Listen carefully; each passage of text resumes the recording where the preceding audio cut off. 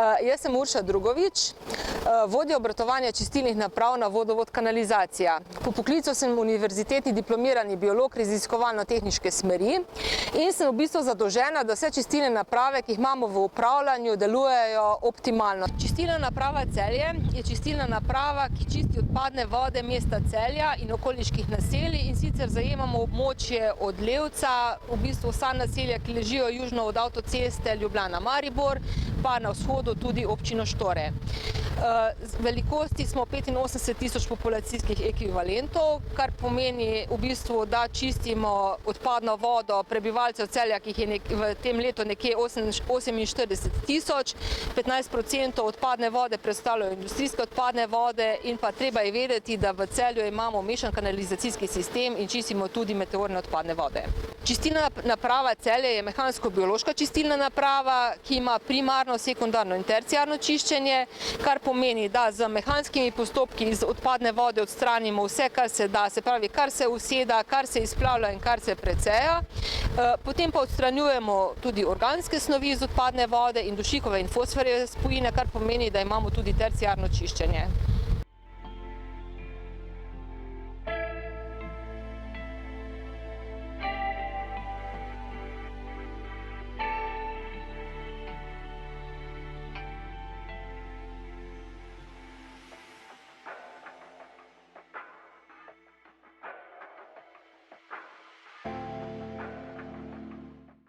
Grable delujejo po principu cedila. Na tistele rešetke kovinske se obesijo večji delci, ki jih tale glavnik iz rešetk pobere in vrže v kompaktor in transporter, ki je za grablami. Stisnejo in letijo potem v kontejner. Tu vidimo cel kup stvari, ki v kanal ne sodijo.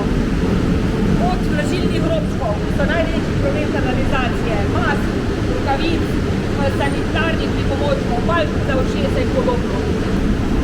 Za grablami je merilna postaja dotoka, kjer preko inštrumentov spremljamo, kaj v čistilno napravo priteče. Sode so potopljene v vodo, se odčitajo, vsak dan jemljemo tudi 24-urni vzorec dotoka in iztoka.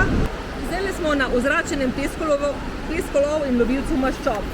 Srednji dve stezi sta peskolova, tu se pesek na dno useda, in ko se most, ki ga vidimo na koncu, potuje proti toku, se na dnu spusti strgalo, ki pesek potiska v poglobljen del peskolova, od tam pa se pesek črpa na pralec peska. To je pa pralnik peska. Pesek se useda na dnu, se strga do črpalk, ki potisnejo pesek v pralec peska. Pesek se tu opere, da se organska snov iz peska izluži, gre odpadna voda v čiščenje, pesek se odlaga po kontejner. Ko se pa most pelje proti nam, se na strani spusti posnemalo, ki na zunanjih dveh linijah posname plavajoče maščobe in jih tlele preko rampe vrže v zbirni jašek maščob.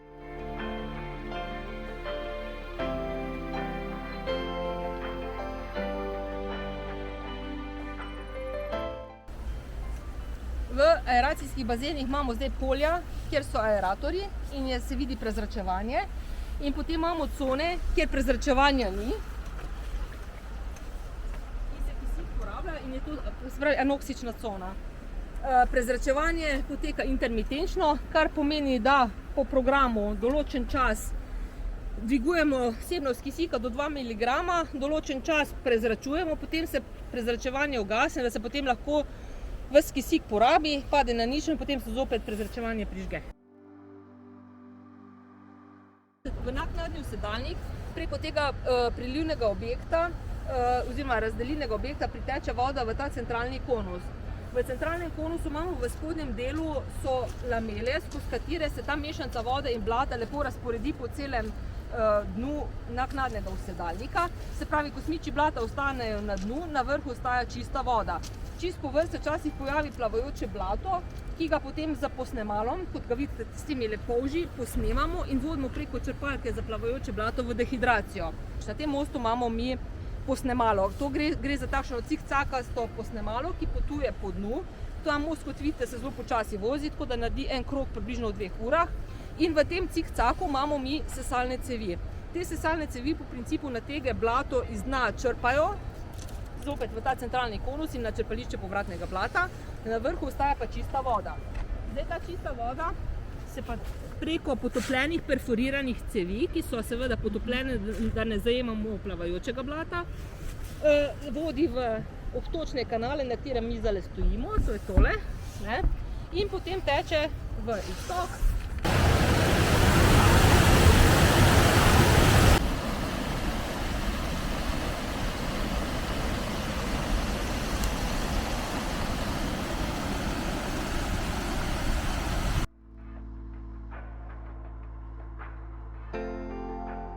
Je pa črpališče povratnega blata, to je pa to, kjer so tele cevovodi, kjer imamo 3 črpalke, ki črpajo vratno blato nazaj v biološko stopnjo oziroma tudi del odvečnega blata, ki gre potem na dehidracijo.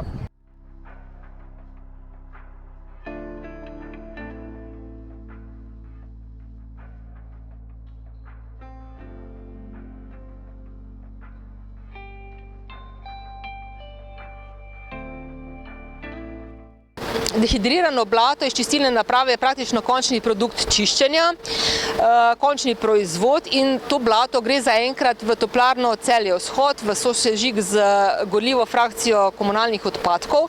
Se pravi, to blato se tam dosuši in sežge in v zimskih mesecih proizvaja toploto in skupaj z odpadki seveda ogreva vzhodni del mesta Celja.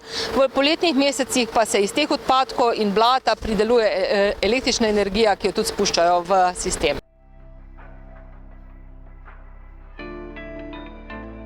Zdaj v električnem prostoru, kjer so v bistvu krmilne omare vse hidromehanske opreme na čistilni napravi, ki prikazujejo delovanje opreme, se pravi zelena lučka gori, rdeča stoji in tole je pa v bistvu, tole so pa možgani čistilne naprave PLC, ki vodi kompletno krmiljenje.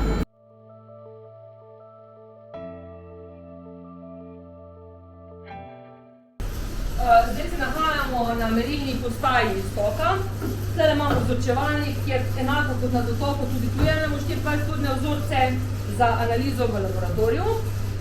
Potem imamo pa filtrirno enoto, ki jemlje vzorce iz iztoka in tele vzorce prečrpa potem na analizator, kjer merimo vsebnost amonija pa nitrata. Potem imamo pa na iztoku še pa merilec pH-ja in merilec KPK, neraztopljenih snovi in BPK5. Lastno očiščeno vodo damo nazaj v sistem, predvsem zato, ker nismo vezani na vodovod Tremarje, ki niti nima toliko vode, da bi se lahko mi za tehnološke potrebe iz tega vodovoda napajali.